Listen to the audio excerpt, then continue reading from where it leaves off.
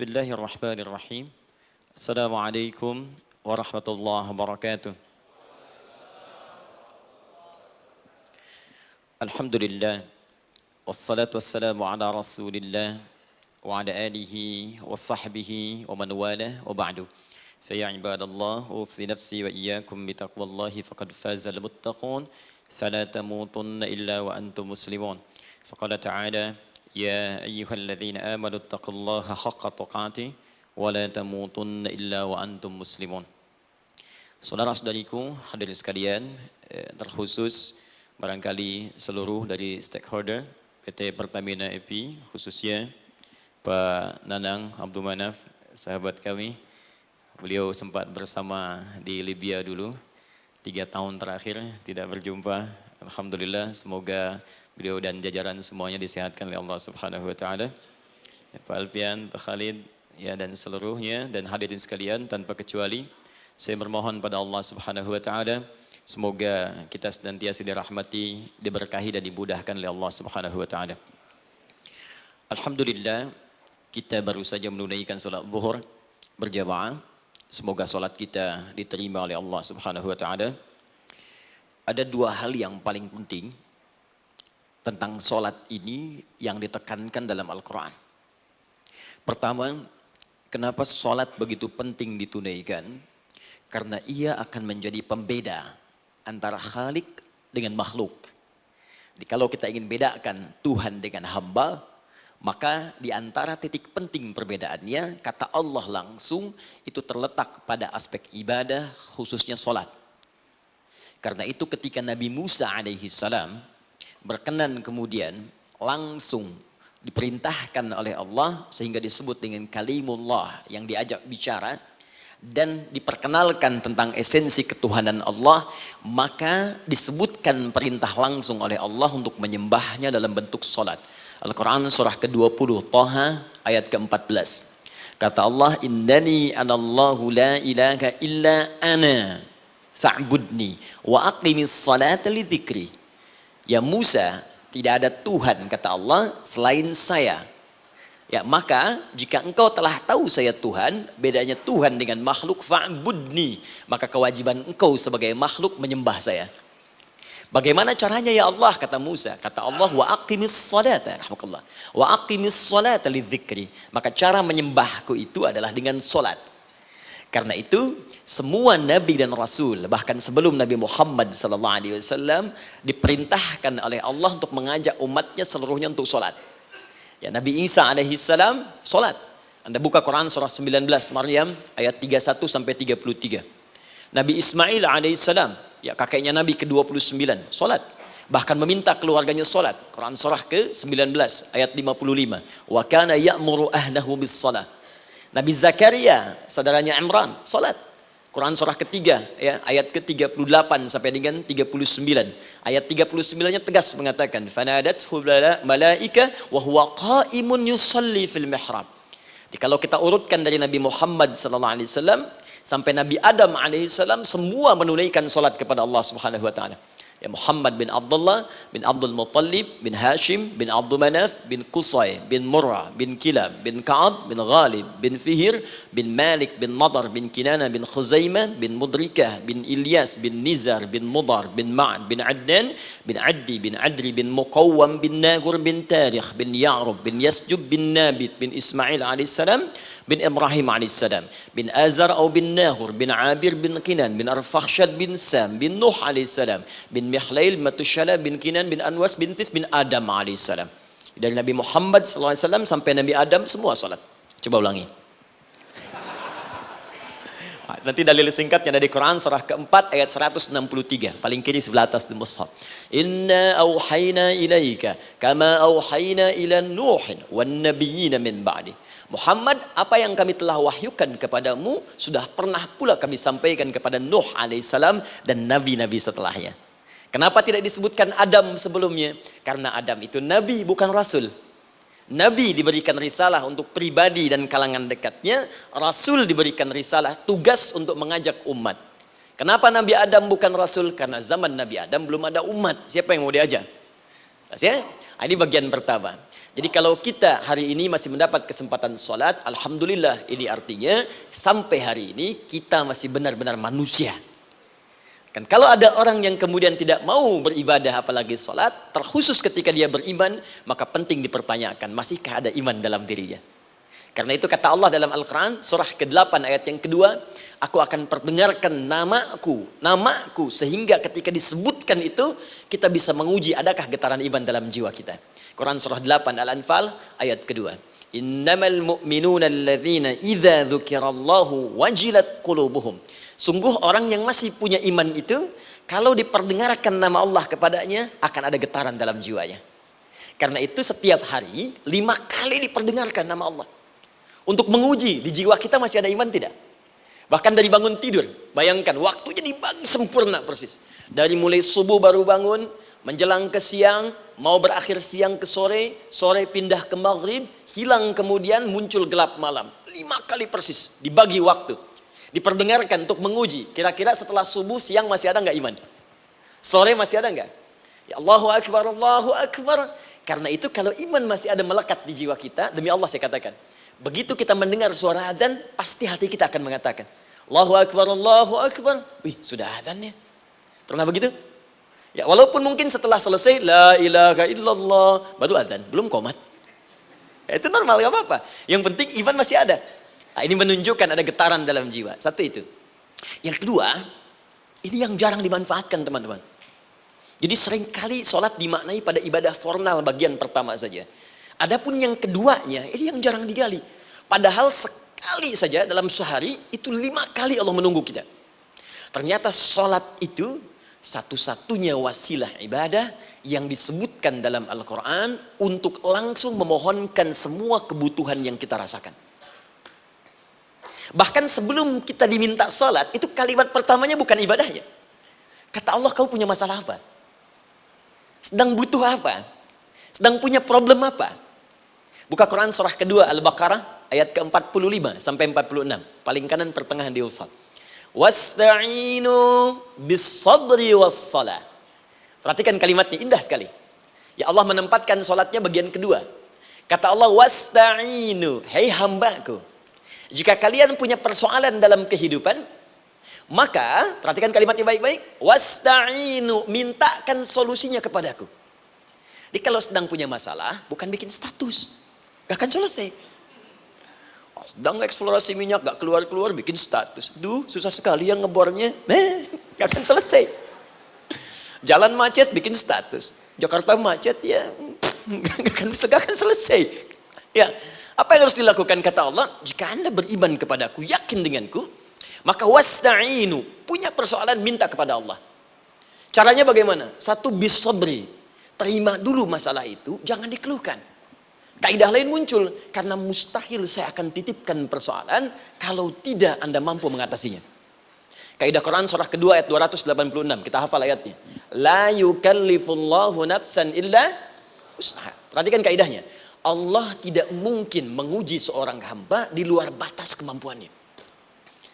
Jadi kalau kita sedang punya ujian di rumah kah, pekerjaan kah, kehidupan sosial kah, sebesar apapun ujian itu kata Allah, memang karena Anda yang sanggup. Kalau nggak sanggup gak akan diuji. Di ujian itu berbanding lurus dengan kemampuan. Mustahil seorang hamba diuji di luar batas kemampuannya. Jadi kalau Anda sekarang pun sedang punya masalah sebesar apapun, kata Allah, memang cuma kamu yang sanggup, yang lain tidak. Maka jangan mengeluh. Jangan Anda katakan, ya Allah, why me? Kenapa saya? Kata Allah, why not? Memang kamu yang mampu. Yang lain tidak. Nah, ketika Anda bisa menerima itu dengan sabar, baru datang kalimat kedua. Wassalah. Kemudian datang tunaikan sholat dan mintakan solusi kepadaku lewat sholat. Ya, sedikit ya. Lihat sini. Saya berikan sedikit uraian Al-Quran. Saya boleh menulis sini? Boleh ya? Ibu, maaf, agak jauh. Ibu kelihatan ini? Oh, belum saya tulis. Bagaimana bisa kelihatan? Luar biasa. Cuma di Pertamina, belum ditulis udah kelihatan. Maaf, lihat sini. Wasta'inu. Baik, ya. Saya ingin sedikit sekali. Ini redaksi Quran itu indah sekali diksinya. Wasta'inu. Lihat sini. Kata Allah, jika Anda punya persoalan dalam hidup, maka mintakan solusi.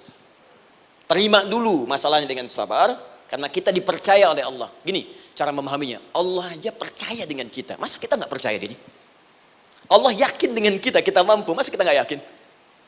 Terima dengan sabar. Kemudian wassalah, mintakan solusinya lewat salat.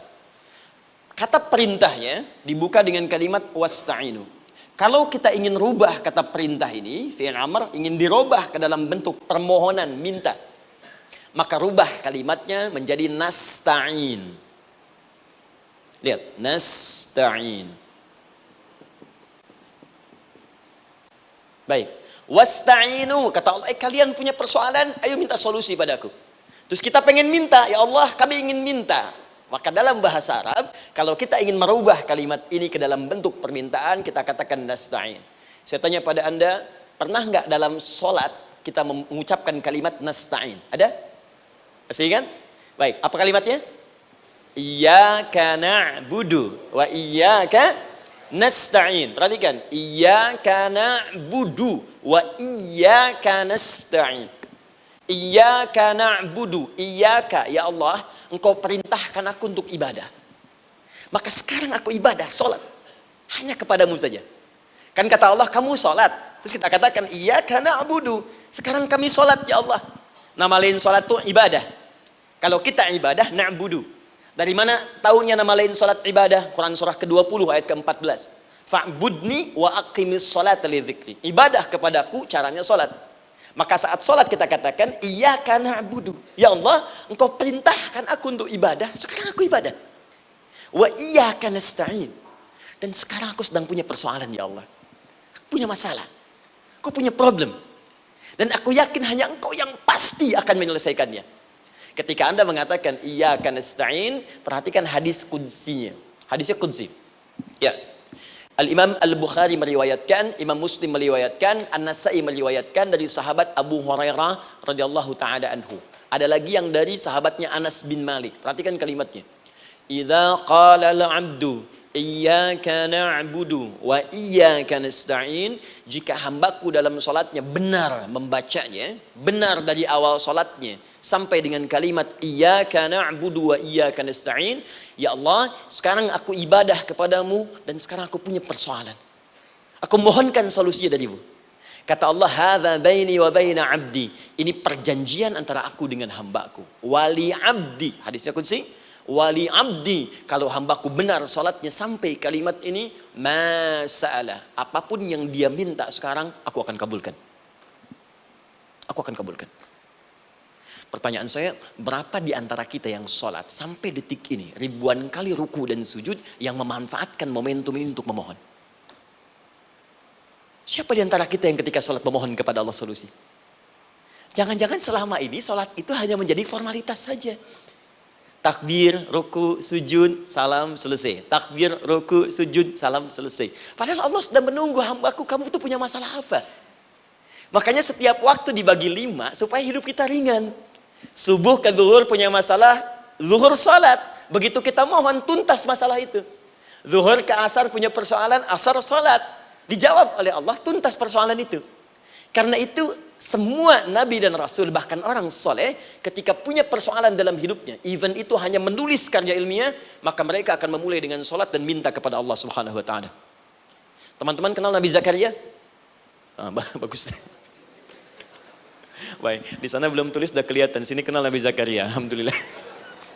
Tapi nggak apa-apa. Saya ke Sukabumi, Pak. Ada yang kenal Fir'aun. Kenal Fir'aun, kenal, bagus. Baik, Sukabumi hubun dunia, suka itu hubun, bumi itu dunia. Baik. Teman-teman, Nabi Zakaria itu diuji oleh Allah. Maaf, belum punya keturunan. Dan semua nabi punya ujian. Jadi jangankan kita, nabi aja yang jelas surganya punya ujian. Ya, Anda pernah sakit, Nabi Ayub sakitnya lebih parah dari kita. Ya, Anda di keluarga belum ada keturunan, Nabi Zakaria pernah lebih daripada kita. Sampai rambutnya memutih, fisiknya sudah letih, dan menurut medis, maaf sekali, istrinya divonis tidak mungkin punya keturunan, monofus dan mandul, mustahil. Secara klinis gak mungkin, secara medis tidak mungkin. Maka Allah tunjukkan satu isyarat yang sangat luar biasa. Jika Anda mendapati situasi makhluk mengatakan ini mustahil dan sudah angkat tangan, ini tanda pertama dari Allah, langsung tinggalkan pendapat manusia, langsung memohon kepada Allah. Maka turunlah beritanya di Quran surah ketiga Ali Imran ayat 38 sampai 39. Paling kanan sebelah atas di mushaf. Sekarang perhatikan kalimatnya, saya mau sambungkan dengan Al-Fatihah tadi. Hunalika da'a Zakaria rabbah. Di mihrabnya Nabi Zakaria salat bermohon kepada Allah. Qala rabbi habli min ladunka dzurriyyatan thayyibah. Kemudian ia berdoa, Rabbi habli, ya Allah yang maha memberi tanpa batas. Ini adab pertama, kalau teman-teman mau berdoa, sebut nama Allah sesuai dengan hajat kebutuhan kita. Itu yang disebut dengan al-asma'ul husna. Di asma'ul husna itu bukan nama-nama indah yang sekedar dihafal, bukan. Tapi nama yang diberikan oleh Allah sesuai dengan kebutuhan hidup kita. Dalilnya Quran surah ke-17 ayat 110. Ya, paling kanan sebelah atas di mushaf, ke pertengahan. Ya, kata Allah, Qulid Allah. Jika Anda punya persoalan, sebut nama Allah. Allah Awir Rahman atau Ar-Rahman. Ayyamma tad'u, tapi kalau Anda ingin spesifik meminta, falahul asmaul husna. Pilih nama Allah, ia punya nama-nama yang indah sesuai kebutuhan kita. Jadi kalau teman-teman misalnya minta kelancaran rezeki, sebut ya Allah ya Razzaq. Anak mau ujian, ya Allah ya Al-Alim. Di proyek misalnya ada hambatan, ada gangguan, ya Allah ya Al-Jabbar ya Al-Malik. Ingin mudah mengatasi ujian, ya Allah ya Sabar. Minta. Ya, jangan semuanya disebutkan, nanti jadi beban. Ya Allahumma ya Rahman ya Al-Malik ya Al-Quddus ya Sabar, gitu kan? Yang tadinya nggak punya masalah jadi punya masalah, gitu kan? Pilih salah satu. Nah, jika Anda ingin memohon pada satu hal yang mustahil menurut manusia, maka minta dengan menyebut nama Allah yang memberi tanpa batas, mustahil di dalamnya. Nama Allah tersebut namanya Wahhab. Wahhab. Ya Allah, ya Wahhab. Al-Wahhab. Kalau kita rubah dalam bentuk permintaan, maka singkat kalimatnya dengan hab. Hab. Untuk sendiri habli, untuk banyakkan hablana. Rabbana hablana min azwajina wa dzurriyyatina qurrata a'yun. Nabi Zakaria minta karena sendiri yang mengalami situasi itu, maka beliau katakan, Rabbi habli. Ya Allah, habli min ladunka. Ya Allah yang tak punya batas dalam pemberian. Mereka mengatakan aku tak akan punya keturunan. Mereka mengatakan mustahil aku punya anak. Dan aku yakin kau memberi batas tanpa memberikan pemberian tanpa batas. Aku mohon darimu saja. Darimu saja. Dzurriyyatan thayyibah, keturunan-keturunan terbaik. Innaka sami'ud du'a. Engkau pasti mendengar doa saya. Kalau pada yang maha memohon saja, maha mendengar saja tidak mengabulkan, lantas kepada siapa lagi aku mesti minta? Tapi poinnya bukan itu. Poinnya adalah ini disampaikan oleh Nabi Zakaria dalam keadaan sedang sholat. Masih berdiri dalam sholatnya. Dalam bahasa Arab berdiri disebut dengan qaimun, qaim, berdiri. Sedang sholat disebut dengan yusolli. Perhatikan ayat 39-nya. Fanadathul malaikatu wa huwa qaimun yusolli fil mihrab. Maka seketika ketika doanya selesai dipanjatkan, sholatnya belum selesai. Doanya selesai dipanjatkan, seketika datang malaikat menyampaikan, kamu dapat kabar gembira, Anda akan punya anak, bahkan namanya langsung diberikan oleh Allah, Yahya, artinya hidup. Yang mustahil menurut manusia, lahir dari rahim seorang perempuan yang divonis monopos dan mandul, kata Allah, bagiku yang gak ada yang mustahil. Jadi dan hidup dia. Kapan itu terjadi? Masih sholat dan belum selesai dalam sholatnya, dalam keadaan berdiri. Sekarang saya tanya Anda, kita membaca iyyaka na'budu wa iyyaka nasta'in dalam keadaan ruku atau sujud? Sujud, berdiri. Berdiri teman-teman. Betul kan? Dalam keadaan berdiri saat baca Al-Fatihah. Iyyaka na'budu wa saat kita mengatakan wa iyyaka nasta'in, Allah balik bertanya, apa yang kamu butuhkan? Nabi Zakaria itu sholat dulu baru minta. Kita umat Nabi Muhammad karena keutamaan nabinya, sebelum sholat dah ditunggu. Butuh apa? Mau minta apa? Karena itu saya ingin katakan, ayo manfaatkan momentum sholat ini. Jangan sekedar kita kemudian tunaikan formalitas, tapi kita tidak mendapatkan keuntungannya. Ayo, semuanya. Dari mulai takbir sudah ada doa. Ruku ada doa. Bahkan sujud kita bisa perbanyak dalam bahasa hati kita untuk memohon kepada Allah Subhanahu Wa Taala. Jelas sampai di sini? Baik. Mudah-mudahan insya Allah doa kita dikabulkan oleh Allah Subhanahu Wa Taala. Ini baru mukaddimah, kita belum mulai. Ini pengantar. Tema kita hari ini tentang Al-Quran. Dan mudah-mudahan kita diberikan insya Allah kelancaran untuk bahasan kita. Dan topik ini insya Allah akan memberikan banyak manfaat dari apa yang kita kerjakan dalam keseharian kita. Saya mohon izin untuk melambatkan bacaan karena tadi hanya mengantarkan saja. Teman-teman, kenapa mesti Al-Quran? Apa esensi Al-Quran? Dan kenapa Al-Quran diwahyukan pada Nabi Muhammad SAW? Apakah khusus untuk sekedar dibaca? Atau ada satu nilai yang sangat penting yang justru itu mengandung nilai mukjizat yang paling dalam dari Al-Quran? Yuk kita mulai dengan Al-Quran surah kedua Al-Baqarah ayat ke-38. Paling kanan sebelah atas. Disambungkan dengan Quran surah kedua ayat 185. Paling kiri pertengahan di mushaf. Quran surah kedua ayat 38 dengan Quran surah kedua ayat 185. Saya mulai dari kisah Nabi Adam. Saya pelan-pelan. Nabi Adam saat diciptakan oleh Allah, kemudian diberikan informasi bahwa beliau akan bertugas di bumi, beraktivitas di bumi. Disampaikan di Quran surah kedua ayat 30, paling kiri sebelah atas. Wa idh qala rabbuka lil malaikati inni ja'ilun fil ardi khalifah. Kata Allah, dan pelajari, ingat ketika kami menyampaikan pada para malaikat, kami akan menugaskan satu makhluk, manusia namanya Adam, di bumi tugasnya. Untuk menjalani hidup di bumi. Nah, secara singkat, setelah Nabi Adam turun ke bumi, di awal masa bersama Sayyidah Hawa, ya alaihi wassalam, maka ternyata bersamaan dengan turunnya Adam dan Hawa ke bumi itu, mereka berdua dibekali petunjuk. Yang dengan petunjuk itu, ini yang dahsyat. Allah jamin semua aktivitas hidupnya, dari mulai yang sederhana sampai yang kompleks, pasti jika diikuti petunjuk ini, dia akan senang menjalaninya dan akan tenang mendapatkan hasilnya. Ya, perhatikan kalimatnya. Quran surah kedua ayat 38. Fokus. Qul nahbitu minha jami'a. Kata Allah, sekarang tiba saatnya. Adam, Hawa, turun kalian ke bumi.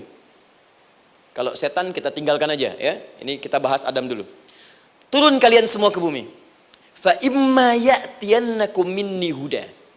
Maka nanti sejak kalian tiba di bumi itu, aku akan turunkan satu petunjuk disebut dengan hudan namanya. Hudan. Fokus. Faman tabi'a hudaya, maka jika Anda dan keturunanmu mengikuti semua detil di petunjuk ini, fala khaufun alaihim walahum yahzanun, maka aku pastikan engkau dan seluruh keturunanmu akan menjalani hidup di muka bumi dengan tenang dan senang. Fala khauf, khauf itu gelisah, takut. Lawan dari takut apa? Tenang. Lawan dari gelisah, tenang. Kata Allah, jika Anda mengikuti tuntunan hidup yang ini, maka saya jamin semua hidupmu tenang. Walahum yahzanun, dan saya pastikan selama hidup di muka bumi itu kalian tidak akan pernah bersedih. Senang. Lawan sedih itu senang. Jadi ternyata kita itu diminta tugas di bumi itu bukan untuk dipersulit. Jadi kalau ada yang hidup sampai saat ini sedih deh, di rumah tangga sedih, di kantor nggak tenang, pasti di antara poinnya bukan nggak mampu senang, tapi boleh jadi yang hidup ini tidak membaca petunjuk kehidupannya. Anda kerja di perusahaan, teman-teman ada yang di Pertamina, ada yang di yang lain. Kalau Anda nggak ikuti petunjuk, kan pekerjaan tidak akan berlangsung dengan nyaman kan? Kalau Anda nggak ikuti aturannya, bagaimana bisa mengerjakan petunjuk itu dengan nyaman? Maka apalagi hidup yang kompleks, kata Allah, sejak Adam saya turunkan, sudah ada petunjuk kehidupan, saya namakan dengan hudan. Anda ikuti petunjuk ini, maka langsung jaminan dari Allah, semua yang Anda jalani dalam hidup, pasti saya jamin senang dan tenang. Petunjuk ini disebut apa? Hudan. Nah, agak cepat. Di setiap masa, Nabi Adam selesai hidupnya, generasi kemudian berkembang, datang lagi Nabi Nuh, sampai ke Nabi Muhammad SAW. Perhatikan baik-baik. Setiap berganti generasi akan turun hudan sesuai dengan kebutuhan masyarakatnya pada saat itu. Baik, Nabi Musa menerima kitab apa namanya? Nabi Musa, Taurat. Taurat disebut hudan dalam Al-Quran. Muncul Nabi Musa, kitabnya disebut Taurat. Perhatikan baik-baik. Tahukah teman-teman ketika Taurat disebutkan dalam Al-Quran? Buka Quran surah ke-17. Ya, ayat yang kedua. Wa ataina Musal kitaba. Kami berikan kepada Musa kitab. Lihat, wa ja'alnahu hudan li bani Israil. Dan kitab yang kami berikan itu yang disebut Taurat, Ali Imran ayat yang ketiga, wa anzalat Taurata wal Injil. Kami berikan Taurat kepada Musa. Nah, saat Allah turunkan Taurat itu hudan li bani Israil. Isi Taurat ini adalah petunjuk kehidupan khusus untuk Bani Israel saja. Umatnya Musa. Jadi kalau umat Nabi Musa mengikuti petunjuk hudan Taurat ini, kata Allah, saya jamin semua hidupnya tenang dengan senang. Nabi Isa turun Injil. Injil disebut hudan dalam Al-Quran. Dan yang terakhir, saya cepat karena waktu kita terbatas, ketika Allah menurunkan Nabi Muhammad SAW dan dipilih sebagai Rasul, maka saat yang bersamaan beliau pun diberikan petunjuk untuk umatnya. Dan dahsyatnya petunjuk itu pun disebut dengan hudan. Buka Quran surah kedua ayat 185. Syahrul Ramadan alladzi unzila fihi al-Quran. Di bulan Ramadan itu, kata Allah, saya turunkan Al-Quran.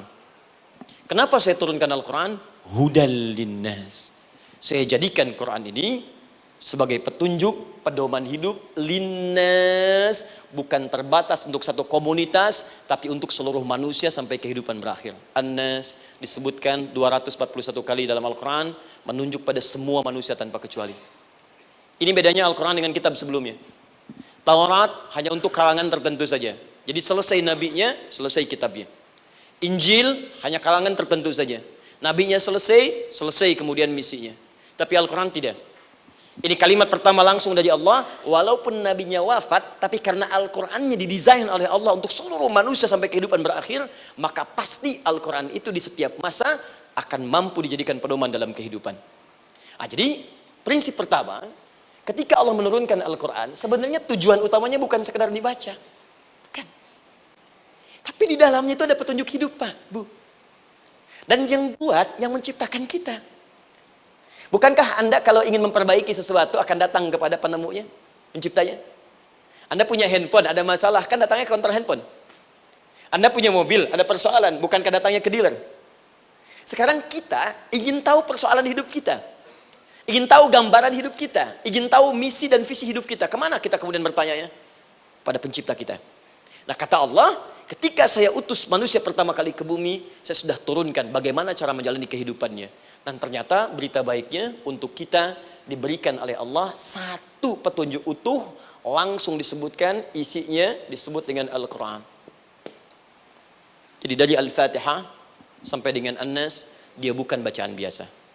Semua di dalamnya ada petunjuk kehidupan kita dari mulai bahkan dalam kandungan sampai kita wafat kepada Allah Subhanahu wa taala.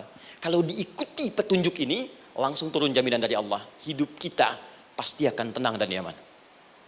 Saya bacakan cepat ya. Tapi nggak usah ditulis, nanti kalau teman-teman agak terlambat mengikutinya, Anda buka kembali rekamannya, Anda boleh runtutkan kembali. Saya baca cepat saja, dan ini insya Allah Anda hanya akan temukan dalam Al-Quran. Nanti saya berikan rahasia di akhir sebelum kita akhiri. Yuk, satu, Anda silahkan bandingkan dengan buku manapun, referensi manapun, Anda hanya akan temukan dalam Al-Quran. Dari sejak sebelum lahir, bagi perempuan yang tengah mengandung, langsung Allah berikan tuntunan bagaimana agar kandungan itu berjalan dengan sehat, nyaman, dan mudah ke persalinan. Quran surah ke-7 ayat 189. Perkembangannya bisa diamati dan dicek kemudian, ya, baik ke dokter atau yang lain. Nanti perkembangannya disebutkan di Quran surah ke-22 ayat ke-5. Dirinci lagi di Quran surah ke-23 ayat 11 dari 9 sampai dengan 13. Kemudian mulai terlahir, dari lahiran diberi petunjuk oleh Allah. Nih, berikan ASI maksimal 2 tahun. Kalau ingin berhenti sebelum 2 tahun boleh, begini caranya. Quran surah ke-2 ayat 233. Dari sampai usia 2 tahun menjelang balik, kata Allah berikan 4 pendidikan dini. Ini turunannya, disebutkan 1, 2, 3, 4. Jika Anda ajarkan ini, maka anak ini akan tumbuh. 1, dekat dengan Allah. 2, dijamin taat pada orang tuanya.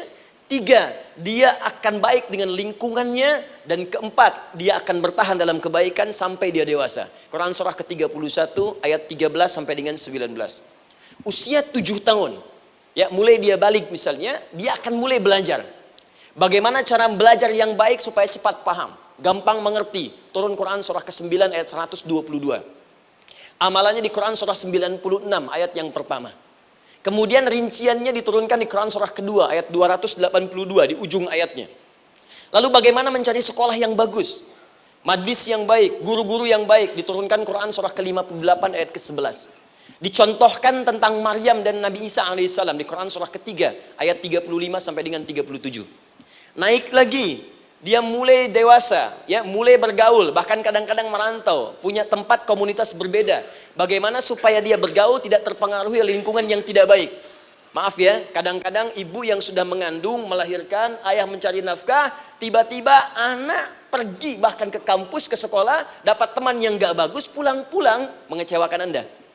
Bagaimana menemukan tempat-tempat yang baik untuk bisa menjaga perilaku anak ini? Ditemukan nanti di Quran surah ke-49 ayat ke-13-nya. Dirinci perkembangannya di Quran surah ke-12 Yusuf ayat 2 sampai dengan ayat 29-nya. Sampai ketika dia akan mulai kemudian menikah. Kata Allah, pilih pasangan yang baik dengan ta'aruf, berikan mahar yang sempurna. Quran surah ke-4 ayat ke-4. Kemudian dia mulai menikah. Kata Allah, sebelum menikah, pelajari dulu fikih nikah. Banyak orang yang menikah, tapi karena tidak belajar tentang persoalan rumah tangga, apa yang akan terjadi di rumah tangganya. Detil Pak, Bu. Kata Allah, ini, kalau kamu berbuat begini, akan ada miskomunikasi. Kalau ada miskomunikasi, persoalannya akan begini. Solusinya begini. Maka diturunkan dasarnya di Quran surah ke-30 ayat 21, detilnya di Quran surah ke-4 ayat 34 sampai dengan 35. Paling kiri sebelah atas sampai dengan ke tengahnya. Anda berlanjut, diterangkan oleh Allah, hei, tugas suami saat mulai pertama kali menikah, maka tugas yang pertama siapkan untuk mencari nafkah. Bagaimana caranya ya Allah? Diturunkan oleh Allah. Satu, jangan takut kehilangan rezeki. Jangan pernah mencuri, jangan pernah ngambil punya orang, karena punya kamu akan saya berikan sempurna. Kamu ngambil punya orang, maka kamu akan menyulitkan diri sendiri. Itu akan dikembalikan pada yang berhak. Ya, turun Quran surah ke-51 ayat 22. Dirinci, begini cara nyarinya. Quran surah kedua ayat 168. Kalau Anda ingin cepat baru bergerak, rizkinya sudah dapat. Quran surah kedua ayat 172. Ada yang dahsyat, dia belum keluar, rizkinya yang mendatangi dia. Jadi nanti di Al-Quran ada 8 jenis rizki. Di antara yang paling hebat, ada yang belum Anda datang, rizkinya sudah menjemput. Ada orang mendatangi rizki, ada rizki mendatangi dia. Contoh, Al-Imam Asy-Syafi'i sedang berdiskusi dengan Imam Malik gurunya. Kata Imam Asy-Syafi'i, Syekh, rizki itu mesti saya cari dulu, baru kita dapat. Kata gurunya, ya Syafi'i, ada rizki yang cukup kita beramal dekat kepada Allah, dia akan datang tanpa kita cari dengan ikhtiar manusia. Kata Syafi'i, mustahil. Kata Quran kan kita kerja dulu baru datang. Kata Imam Malik gurunya, kamu yang belum sampai, kita amalkan ini, rizki datang. Maka berhenti sampai di situ. Imam Syafi'i pamit. Di jalan tiba-tiba beliau mendapati ada panen anggur, Pak, Bu. Terus dipanggil sama yang punya kebun. Ya, pemuda katanya, sini, mau bantu nggak? Kalau kamu bantu, kami berikan anggurnya. Maka beliau bantu, panen, petik. Sampai setelah selesai diberikan anggur yang besar-besar, hanum. Senyum, senang beliau. Ternyata senangnya bukan karena dapat anggur. Senangnya karena merasa pendapatnya benar. Kalau saya nggak bantu panen ini, nggak akan dapat saya anggur. Cuma karena saya bantu, saya diberi ini. Maka rasa senangnya inilah dibawa kemudian kepada gurunya, ingin laporan. Tapi perhatikan adabnya. Dia tidak mengatakan, guru, nih saya benar. Kalau saya nggak ikut panen, nggak dapat saya ini. Perhatikan kalimat Asy-Syafi'i. Guru, tadi saya di jalan, dipanggil oleh pemilik kebun, ikut panen anggur. Begitu saya bantu, saya diberikan anggur ini. Beliau tekankan dengan kalimat yang kencang pada kalimat, begitu saya bantu, saya dapat anggur ini. Imam Malik tersenyum mengatakan, Masya Allah Syafi'i, luar biasa. Ini siang begitu panasnya, tadi saya mau keluar ngajar, terfikir di benak saya, Allah, kalau ada anggur yang besar-besar, enak rasanya. Tiba-tiba kamu datang bawa anggur. Jadi Imam Syafi'i kerja dapat sesuatu, Imam Malik terfikir sesuatu, datang rezeki. Itu ada di Quran surah ke-7, teman-teman, ayat ke-96, paling kanan sebelah atas di mushafnya. Baik, teruskan dulu. Ya, Anda dalam mencari kerja, ingat, kalau Allah yang sampaikan pasti terjadi. Jangan dikira mudah. Kata Allah akan ada persaingan, akan ada kadang-kadang singgungan, akan ada tantangan, maka mulai petakan tantangan apa yang akan Anda lalui saat Anda mulai mencari nafkah itu. Maka turun Quran surah kedua ayat 214, paling kanan sebelah bawah. Am hasibtum an tadkhulul jannata. Hei, apa kamu mudah begitu saja mengira akan sukses dalam pekerjaanmu? Bahkan bisa diartikan surga, ingin masuk surga. Walamma ya'tikum mathalul ladzina khalau min qablikum. Sebelum engkau diuji seperti orang sukses dulu pernah sukses. Lihat mereka. Enggak ada orang sukses yang instan.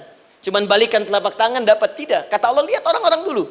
Lihat orang-orang hebat dulu, bagaimana mereka bisa kaya, bisa sukses, bisa punya posisi. Masat umul ba'sa, petakan olehmu tantangan apa yang akan dihadapi saat engkau bekerja itu. Satu, kata Allah ba'sun, ada yang ringan. Ya, ba's. Ba'sa, jamak dari kata ba'sun. Dua, dara. Dia sudah menengah, jamak dari kata durun. Tiga, zilzal. Ini yang paling tinggi puncaknya. Jadi kalau Anda sudah mendapatkan ini, yakinlah. Berarti Anda akan mendapatkan posisi yang tinggi. Karena mustahil orang besar diuji dengan ujian yang kecil. Zilzal. Ini bagian ketiga. Ba'sa, ba'sun. Mulai. Kira-kira tantangan-tantangan ringan apa saja yang akan Anda hadapi. Ya, kalau saya contohkan misalnya dengan contoh yang lain singkat. Anda mau ke masjid, ingin konsisten, mulai hijrah, ingin dekat dengan Allah. Tiba-tiba yang tadinya nggak mau ke masjid, mulai ke masjid, diuji dengan hujan. Hujan kecil, rintik-rintik, shower. Begitu hujan, orang Arab mengatakan kalau hujannya bisa lewat tanpa payung pun, orang Arab mengatakan la ba'sa. La ba'sa ini ringan. Orang kita sambungin, labas. Dari bahasa Arab, lewat.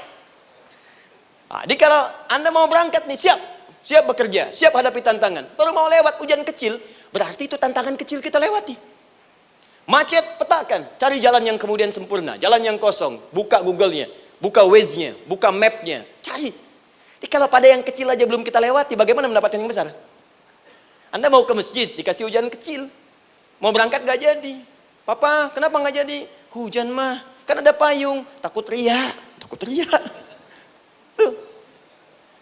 Setelah itu darwa, maaf, tantangan fisik. Kadang-kadang mulai ke fisik, mulai mengganggu.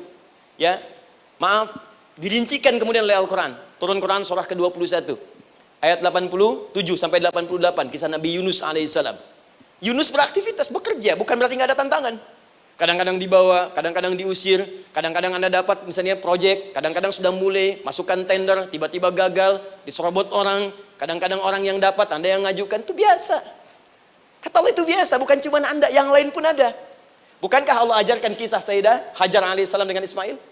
Bukankah bolak-balik naik Safa Marwah, kadang di atas, kadang di bawah, kadang lihat peluang sampai Marwah ternyata bukan air. Terkadang Anda yang bekerja, tim yang lain yang mendapatkan karena kerja keras Anda bisa jadi terjadi. Bukankah yang kerja keras Hajar yang dapat Ismail? Mungkin Anda yang konsep, yang dapat minyaknya orang lain. Mungkin Anda yang kerjakan, yang suksesnya teman Anda, gak ada masalah. Dan itu kemudian akan bermanfaat bagi Anda. Tidak mungkin setiap keringat yang keluar dari diri kita mustahil, kecuali akan melahirkan manfaat yang kembali pada diri kita. Tantangan. Tapi yang paling dahsyat, ini yang gak ditemukan. Di sebagian referensi yang kita baca.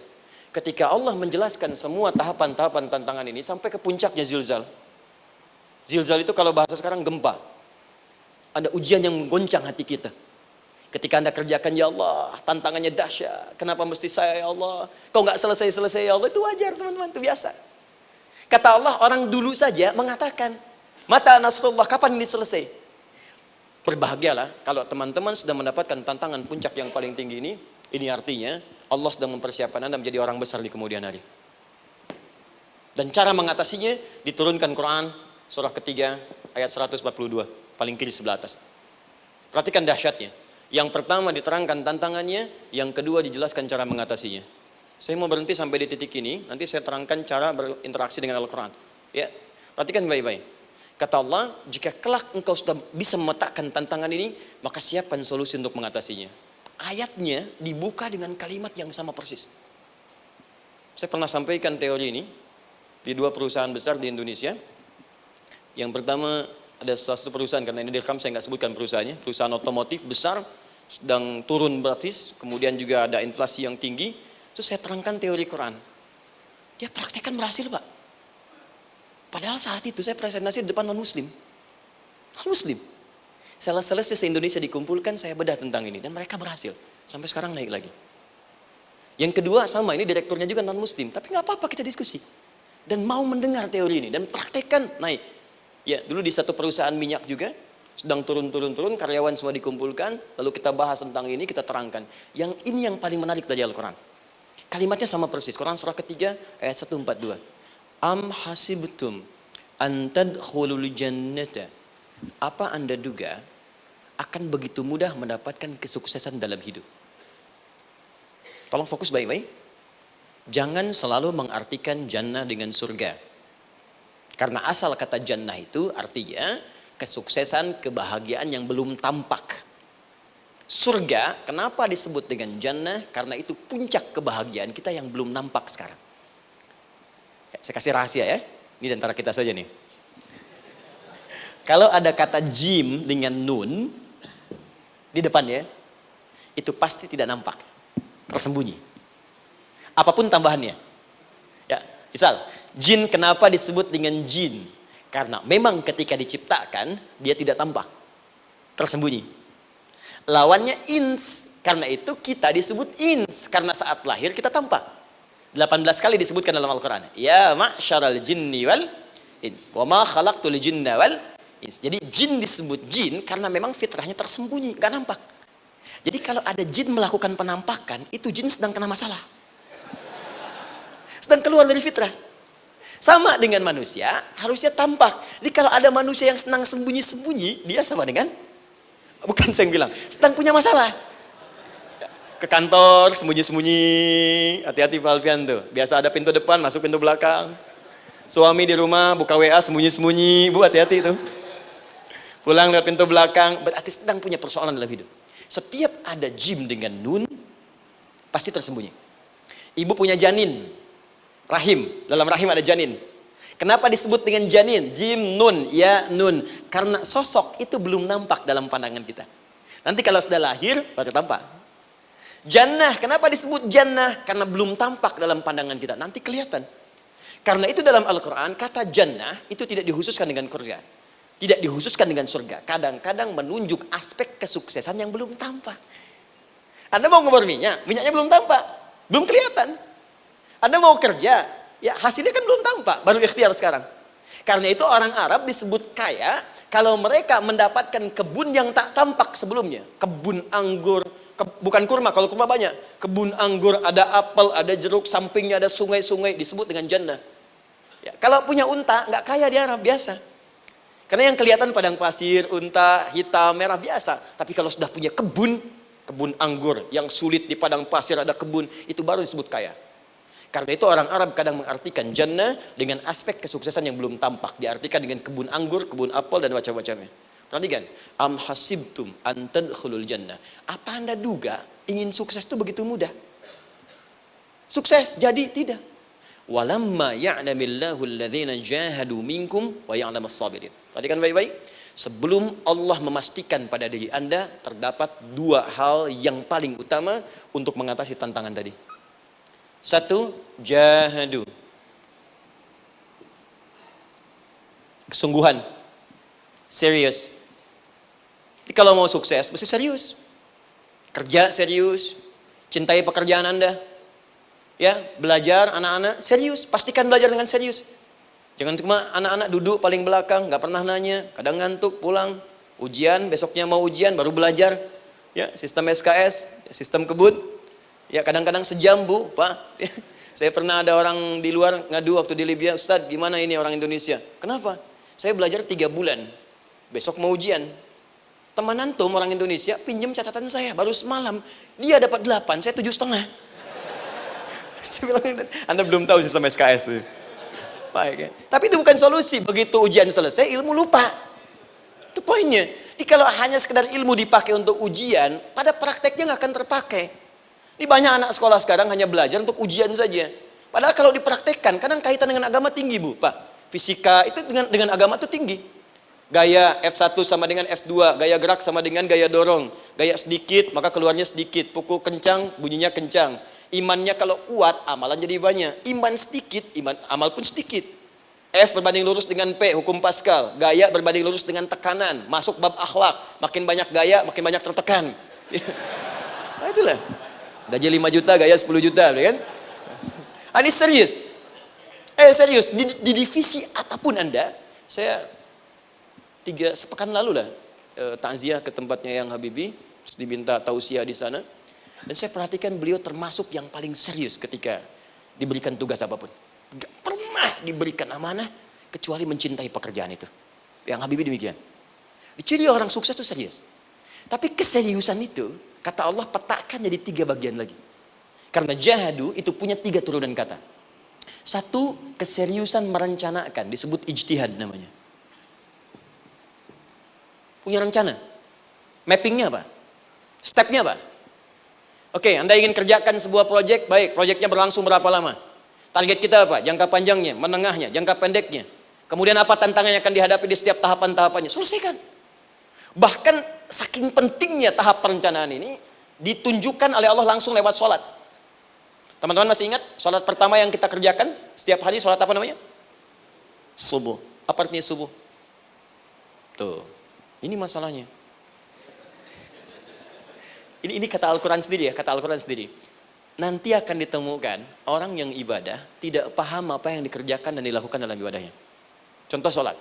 Kata Allah akan ada orang sholat yang saat sholat tidak mengerti apa yang ia baca dan ia lakukan dalam sholatnya. Jujur tanyakan pada diri kita. Sampai detik ini, dari sekian ribuan kali ruku dan sujud, berapa persen bacaan sholat yang kita pahami? Jangan-jangan kita ruku tapi nggak ngerti yang dibaca. Sujud tak paham yang diungkapkan. Bagaimana bisa khusyuk? Mustahil. Maka kembali ke sini, kenapa sholat pertama itu disebut dengan subuh? Teman-teman, ternyata semua nama sholat dari subuh sampai isya, plus bacaan dan gerakan dari takbir sampai salam, itu bukan sekedar gerakan semata. Semua ada artinya, ada maknanya. Dan diajarkan oleh Nabi langsung. Subuh disebut dengan subuh. Ada 2 kata. 1, fajar, Quran surah ke-17 ayat 78. Inna Qur'an al-fajri kana mashhuda. Kedua, subuh di surat At-Takwir. Wassubhi idha tanaffas. Kenapa disebut fajar? Fajar itu pancaran positif, pancaran kebaikan. Jadi kalau yang baik disebut fajar. Kalau yang jelek disebut fujur. Fujur ada di Quran surah 91 ayat 7 sampai 8. Wa nafsi wa ma sawwaha fa'alhamaha fujuraha wa taqwaha. Fujur itu rambatan, gelombang buruk yang muncul dari nafsu. Ya, ditembuskan ke elemen tubuh kita. Misal gini. Tiba-tiba pengen marah. Ya, di tubuh kita mengatakan melotot, maka ini ada pancaran di hati kita nyambung kemudian ke mata. Ini rambatan dari sini ke mata disebut fujur namanya. Mau ke tangan pukul, masuk ke tangan. Itu rambatannya disebut fujur namanya. Ya. Yang baiknya disebut fajar. Ya, misal saya ingin sholat, tiba-tiba hati mengatakan sudah azan, merambat ke kaki, cepat melangkah. Cepat wudhu. Nah, itu rambatannya disebut fajar namanya. Atau infajar. Ini pasti ada, ya. Fujur nama lainnya nafsu. Disebutkan 115 kali dalam Al-Quran. Takwa, rambatan fajar, sumbernya takwa. Disebutkan 115 kali dalam Al-Quran. Di jiwa kita ada takwa, ada nafsu. Takwa yang dorong malaikat, disebutkan 88 kali dalam Al-Quran. Nafsu yang dorong setan, disebutkan sama 88 kali. Di setiap Anda akan mengerjakan satu hal, pasti akan yang mendorong pada yang baik, akan mencegah dari yang baik itu nafsu. Pasti itu. Pak Alpian mau tanda tangan proyek. Tiba-tiba disodorkan, Pak, ini Pak. Kok begini proyeknya? Perbaiki, karena ada yang gak beres. Tapi fee-nya lumayan Pak, 1 miliar. Gak bisa, jiwa takwa mengatakan jangan terima Pak. Bapak mengatakan maaf, ini jari tahiyat, gak akan pernah dipakai maksiat, perbaiki, datang lagi. Ini Pak, kok sama? Fee-nya diperbaiki Pak, 100 miliar. Nafsunya mulai berkata, terima. Takwanya bilang, jangan. Akhirnya beliau katakan, tangan tahiyat gak akan pernah dipakai maksiat. Tapi tunggu, saya istighfar dulu.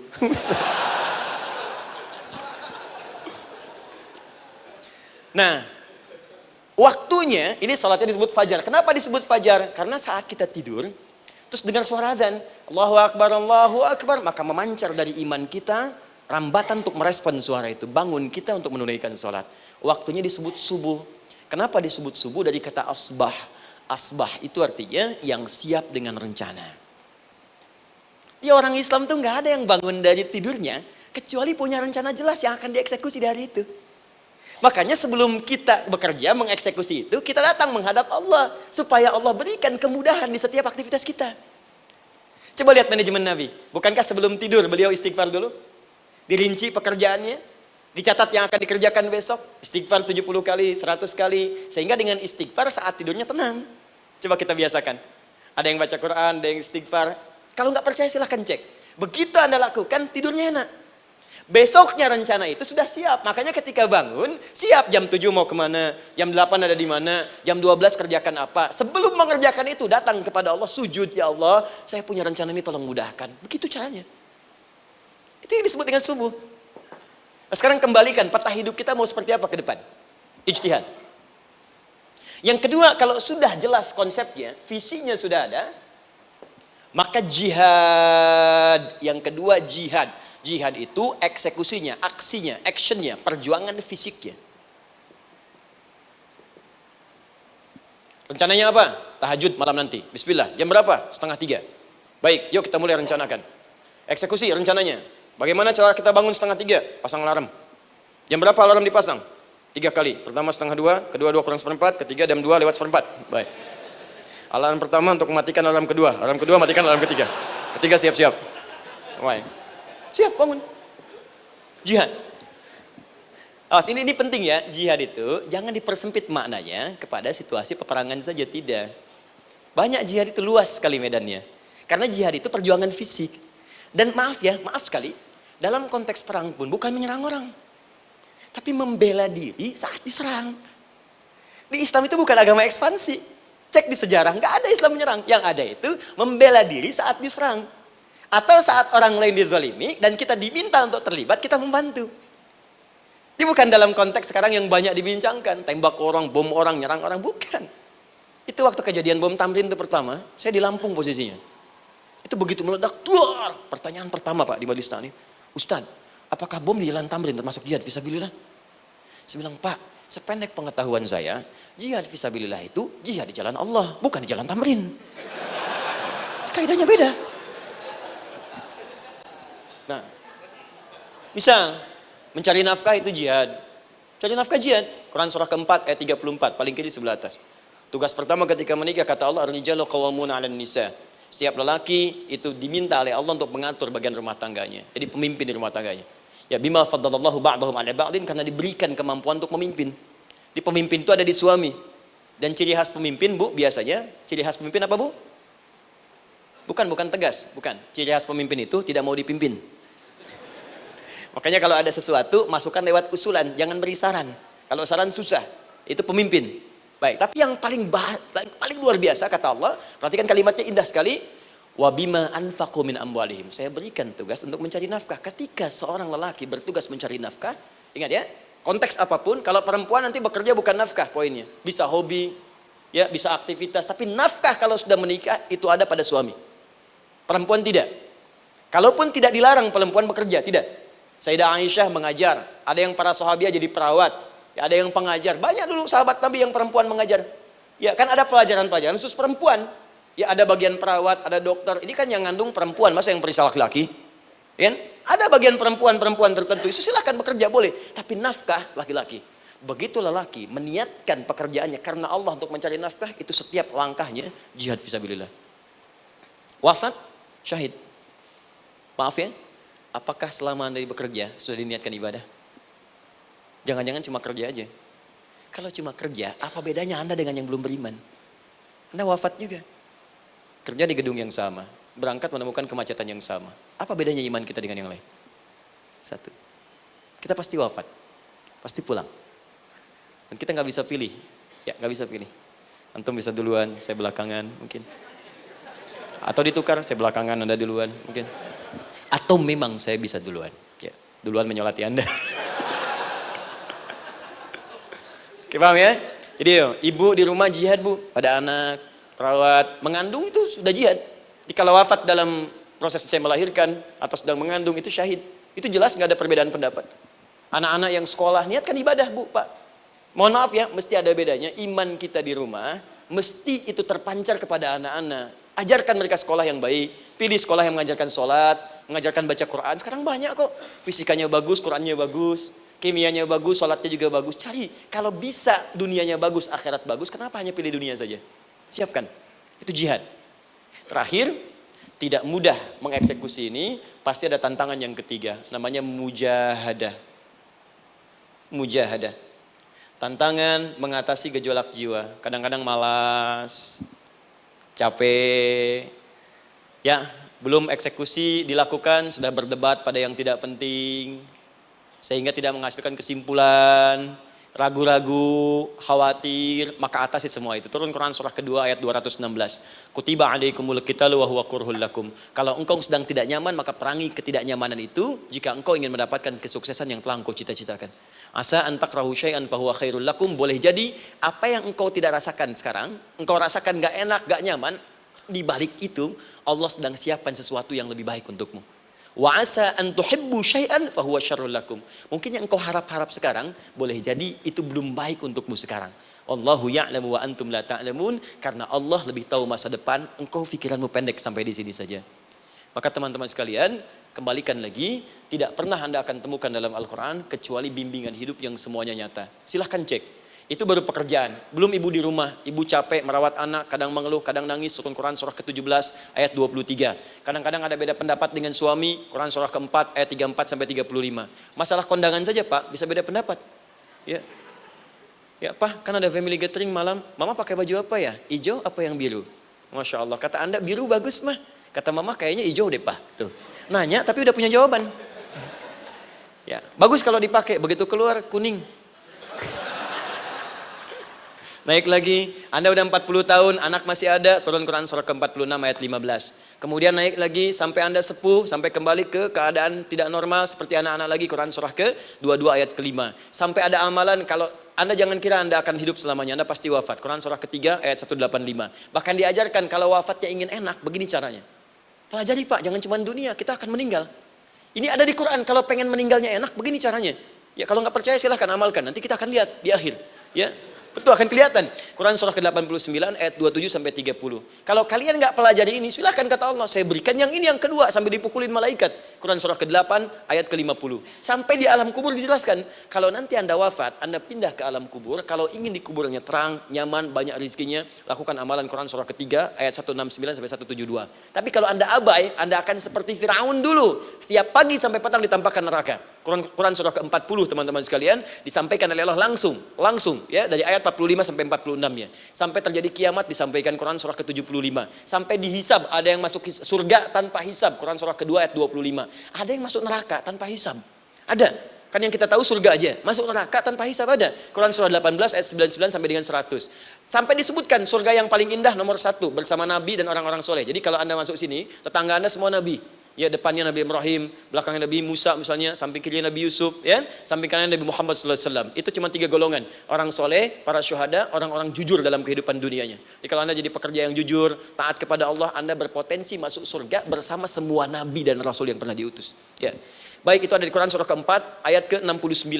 Ada yang kedua di taman surga, Quran surah ke-51 ayat 15 sampai dengan 18. Ada yang surga seluas langit dan bumi, Quran surah ke-3 ayat 133 sampai 134. Ada yang neraka yang biasa, ya, sebiasa-biasa nerakanya kebakar juga. Quran surah 4 ayat 56. Tingkat paling tinggi neraka jahanam untuk 2 golongan, munafik, ingat, munafik dan kafir.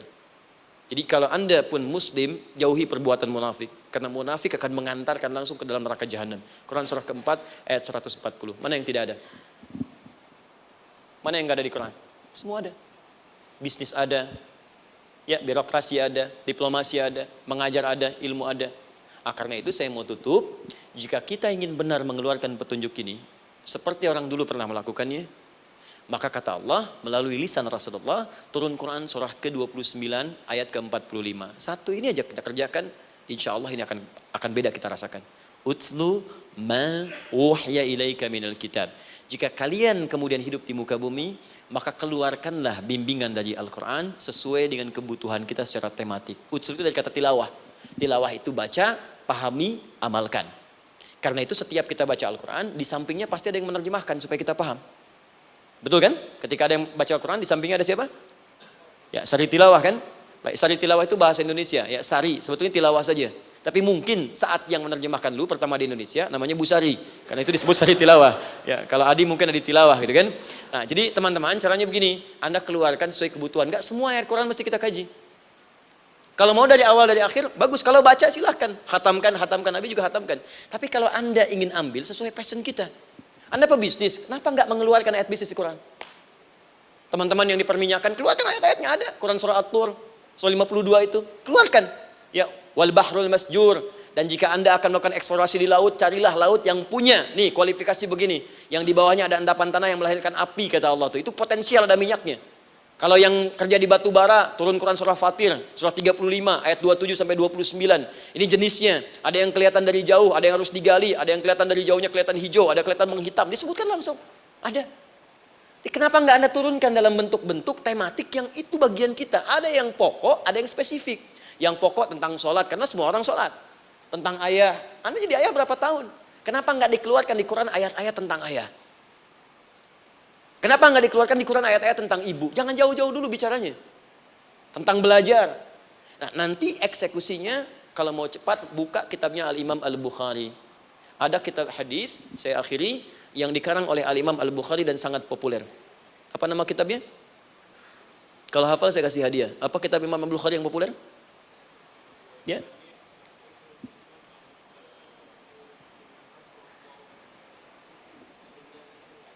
Baik, Anda saya kasih hadiah umrah. Baik. Insyaallah. Januari awal, insyaallah ada yang kami hadiahkan umrah dari atlet peraih Asian Games. Ya, Anda boleh ikut nanti. Ya, ada juga saya senang saya cinta dengan bangsa ini. Dia ada peraih Asian Games medali emas yang kemarin. Itu akan kita berangkatkan umrah semua peraih medali emasnya. Nanti gelombang pertamanya bulan Januari. Ya 2020 nanti sekitar 3 bulan lagi insyaallah Anda nanti akan mengikuti. Ada juga nanti dari kalangan Polri, ada TNI juga yang akan ikut dan saya sertakan. Baik. Al-Jami As-Sahih Al-Musnad Al-Mukhtasar min umuri Rasulillah sallallahu alaihi wasallam wa sunanihi wa ayyami. Itu namanya. Ayo ulangi. Disingkat Sahih Al-Bukhari. Kenapa saya bacakan lengkap? Bukan karena singkatannya, tapi banyak orang sekarang baca buku, baca kitab hanya langsung ke isinya. Padahal setiap ulama ketika menuliskan judul kitabnya, itu pasti ada petunjuk di dalamnya. Kata Imam Al-Bukhari, Al-Jami As-Sahih. Kitab ini saya buat sebagai petunjuk umum miniatur kehidupan Nabi yang bisa kita ambil hikmahnya sekarang. Jadi kalau kita pengen tahu bimbingan Nabi di masa lalu, supaya kita terapkan sekarang, buka kitab saya ini. Semuanya mustad bersambung kepada Nabi. Sahih saya pastikan, saya teliti satu-satu. Al-Mukhtasar, saya persingkat gak bertele-tele. Nah ini poinnya. Min umuri Rasulullah SAW wa sunani wa ayyamihi. Ini semua pekerjaan Nabi selama 24 jam. Secara singkat saya tutup dibagi 97 pembahasan.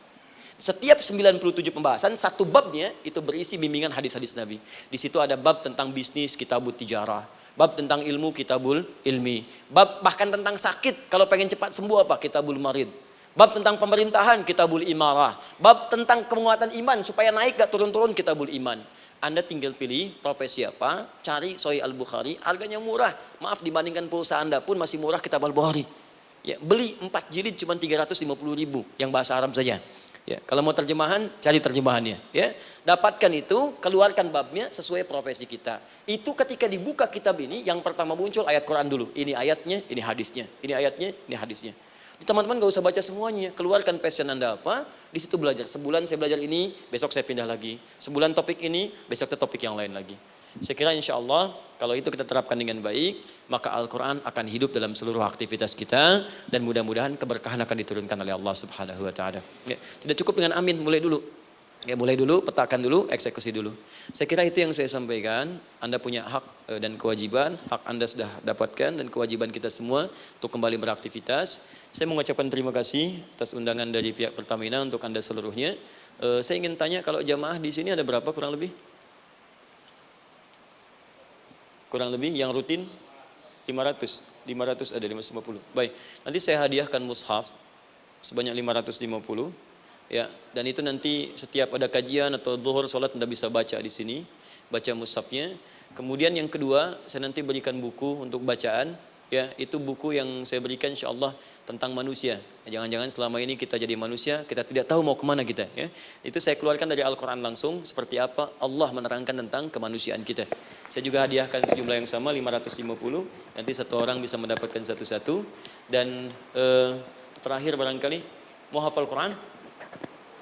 Oh mau, baik. Alhamdulillah. Alhamdulillah. Saya berikan mushafnya yang spesial. Nanti kita mulai dengan 10 juz dulu ya. Nanti saya berikan At-Taisir yang 10 juz. itu ada mudah untuk bisa menghafal Quran, mulai dari 10 juz dulu, nanti bisa disempurnakan. Saya berikan 550 Quran khusus untuk dijadikan sebagai hafalan. Nanti cara menghafalnya bisa dibuka saja di YouTube, nanti di situ ada cara kami menjelaskan. Dan bulan depan kita ada karantina akbar, jadi menghafal Quran dalam 30 hari. Alhamdulillah angkatan pertama sudah selesai, ada yang hafal 24 hari, 23 hari, 30 juz, bukan juz 30 ya. Ada yang 30 hari. Ya, ada juga. Sekarang sedang gelombang kedua. Mudah-mudahan di Pertamina ini juga insya Allah dalam proses bekerja ada juga yang menghafal dan hafal Quran insya Allah ya. Saya kira itu, nanti pulang dari sini dikabari. Kalau ada mobil disiapkan, kalau tidak ada kami juga coba antarkan. Nanti kami siapkan dan mudah-mudahan bisa bermanfaat untuk teman-teman. Kalau ada yang bisa saya lakukan untuk bersinergi di sini, untuk membuat teman-teman lebih dekat dengan Allah, sampaikan, dan saya dengan senang hati. Ya, saya datang sendiri, tulis sendiri, nerangin sendiri, ngapus sendiri, gitu kan. Terus juga berikan apa yang Anda butuhkan. Kalau dengan semua itu Anda belum juga dekat dengan Allah, ya saya harus bagaimana lagi, gitu kan. Baik. Kita berdoa, mudah-mudahan doa kita dikabulkan Allah. Ada 3 cara berdoa. Pertama, cukup dengan hamdalah kalau singkat. Kedua, kalau ada perselisihan, kifaratul majlis. Dan yang ketiga, kadang Nabi berdoa, sahabat mengikuti dalam momentum yang khusus. Saya ingin menggabungkan ketiganya. Mudah-mudahan dengan itu keberkahan diberikan luas kepada kita semua. Alhamdulillahi Rabbil Alamin, hamdan syakirin, hamdan na'imin, hamdan yuwafi ni'amahu yukafi mazida. Ya Rabbana lakal hamdu wa lakal syukru kama yanbaghi li jalali wajhikal karim wa li 'azimi sultanik. Allahumma salli wa sallim wa barik ala rasulikal karim nabiyyikal amin sayyidina Muhammadin wa ala alihi wa sahbihi ajma'in. Allahumma rabbana la tada' lana fi maqamina hadha wa fi kulli maqamin dhanban illa ghafartah. Ya Allah, kami mohon jika ada satupun di antara kami saat ini yang hadir membawa ya Allah dosa-dosa dalam dirinya, jangan biarkan yang meninggalkan tempat ini kecuali Engkau telah ampuni segala dosa-dosanya. Wala hamman illa farajtah. Ya Allah, jika ada di antara kami yang tengah hadir saat ini ada kegelisahan dalam jiwanya, maka mohon jangan biarkan yang meninggalkan tempat ini kecuali Engkau telah tenangkan keadaan hatinya. Allahumma wala asran illa yassartah. Ya Allah, jika ada di antara kami yang tengah mengalami kesulitan baik di pekerjaannya, kehidupan rumah tangganya, maka dengan keikhlasan amalnya ya Allah angkat dan ringankan segala kesulitannya. Allahumma wala maridan illa syafaitah. Jika ada di antara kami yang tengah Engkau uji dengan penyakit seberat apapun, maka mohon angkat dan sembuhkan segala penyakitnya. Allahumma yassir lana umurana wa la tu'assir alaina. Ya Allah, mudahkan semua urusan kami, jangan berikan kadar ujian yang tidak kami sanggup mengatasinya ya arhamar rahimin. Allahumma alif baina qulubina, ati anfusana taqwaha wa zakki anta khairu man zakkaha anta waliyuha wa maulaha. Ya Allah, mohon lembutkan hati kami untuk saling bersaudara dalam kebaikan, jauhkan kami dari perpecahan ya Allah, dan bersihkan jiwa kami agar kami bersih keadaan jiwa untuk bisa beramal dalam kebaikan dengan mendapatkan ridhamu. Allahumma rabbana atina fid dunya hasanah wa fil akhirati hasanah wa qina adzabannar. Ya Allah, kami mohon anugerahkan segala kebaikan di muka bumi ini yang mampu kami raih, dan berikan kami segala kemuliaan di akhirat yang mampu kami dapatkan, dan mohon jauhkan kami dari segala ya Allah murka dan neraka-Mu. Allahumma barik lana ya Allah fi ailatina wa fi amalina ya Allah wa fi kulli ya Allah hayatina. Ya Allah, kami mohon anugerahkan keberkahan dalam kehidupan keluarga kami, di kantor, di pekerjaan kami, dan seluruh tahapan kehidupan yang akan kami lalui. Bi fadlika subhana rabbika rabbil izzati amma yasifun wa salamun alal mursalin. Subhanakallahumma wa bihamdika asyhadu an la ilaha illa anta nastaghfiruka wa natubu ilaik wa akhiru da'wana alhamdulillahi rabbil alamin. Thumma assalamu alaikum warahmatullahi wabarakatuh.